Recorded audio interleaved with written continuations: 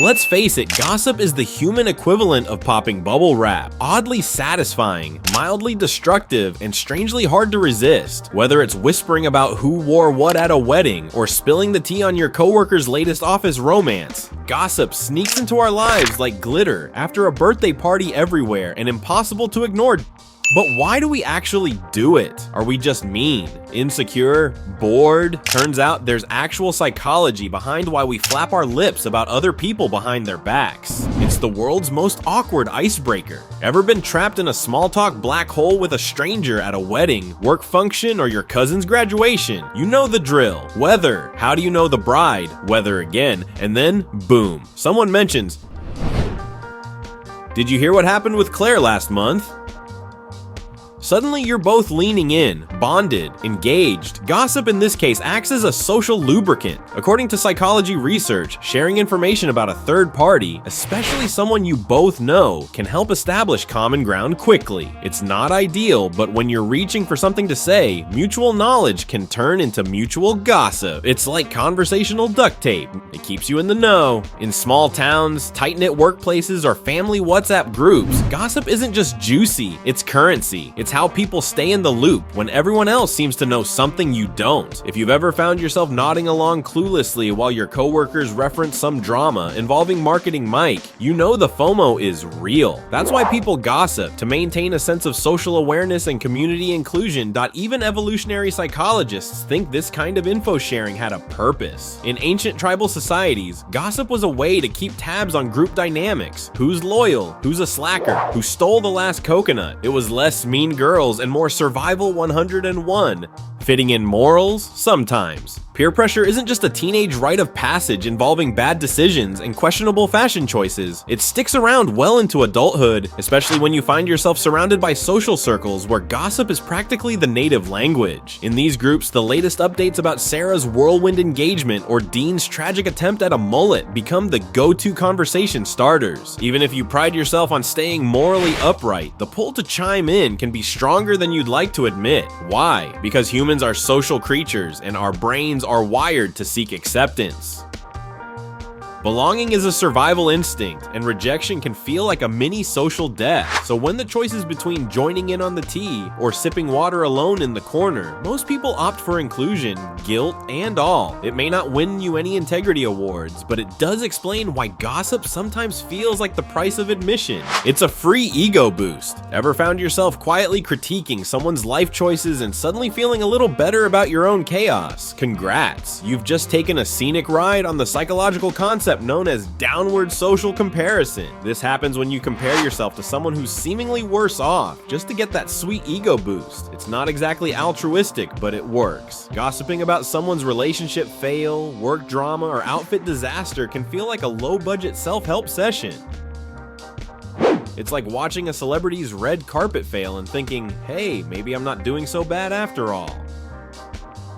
Sure, it's a little petty and definitely not something you'd put on a resume, but it's surprisingly comforting. This kind of gossip acts as fast food for your self-esteem, satisfying in the moment, if not the healthiest habit. While it's not a behavior we're proud of, it's incredibly common. In a world where everyone seems to be thriving on social media, even small ego wins feel like emotional survival. Gossip equals sign power, especially if you're jealous. Here's where it gets spicy.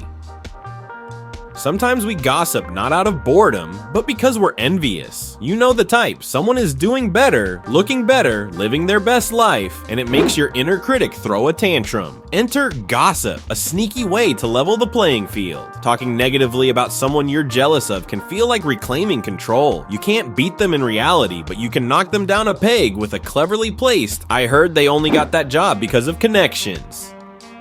It's not a great look, but it's a very human one. Psychologically speaking, this is a coping mechanism to deal with insecurity and status anxiety. But beware, it can turn you into the villain in your own story. It's a built-in entertainment system. Let's be real, gossip is often more entertaining than whatever's on Netflix. In moments of boredom, people will talk, and when the conversation lulls, juicy stories fill the silence like popcorn in a microwave, noisy, satisfying, and oddly addictive. When life life feels dull, gossip provides drama without the commitment. No need to join a reality show when your friend's cousin's roommate just got caught texting their ex at 2 a.m. That's prime content. Studies show that gossiping can even spike dopamine levels, the brain's reward chemical. It's basically social snacking, just maybe don't overindulge or you'll end up with a guilt hangover. It's our awkward attempt at connection.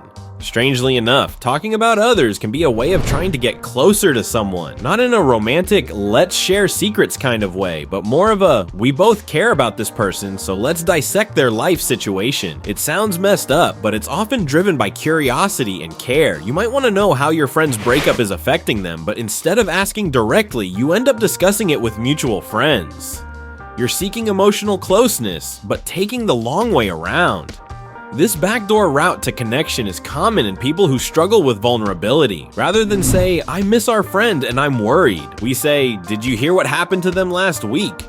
One is more honest, the other feels safer. It's easier than confrontation. Some people avoid conflict like it's a wasp at a picnic. If they're upset with someone, they'd rather talk about them to everyone else than face the issue head on. That's where gossip steps in like an emotional venting machine. Instead of confrontation, you air your grievances over brunch, in the group chat, or next to the office coffee machine. Instant relief, no messy confrontation required.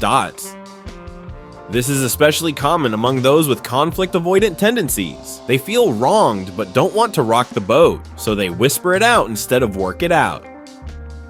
The downside? It rarely solves the problem and usually creates new ones.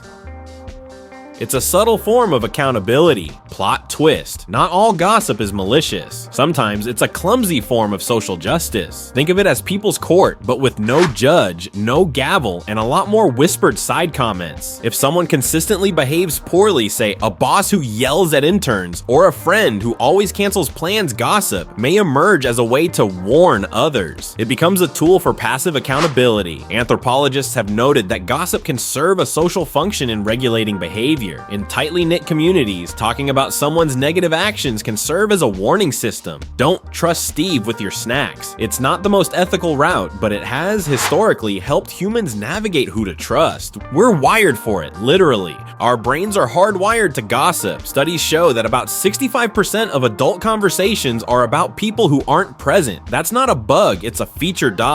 From an evolutionary standpoint, our ancestors relied on gossip to share important social information. Who's cheating? Who's lying? Who's reliable in a hunt? It all mattered for survival. Fast forward to today and we're still swapping stories, only now it's about Karen from HR, not the saber-tooth hunt. Even Robin Dunbar, the anthropologist famous for Dunbar's number, the theory that humans can maintain about 150 stable relationships, found that gossip helps us manage those social bonds. It's how we stay connected in complex networks. That's all for today's video. If you found this juicy and brainy, give it a thumbs up. Tag a friend who needs to hear why we gossip. Don't forget to hit that subscribe button for more mind-bending insights. Stay sharp, stay kind, and maybe keep the gossip to group chats only.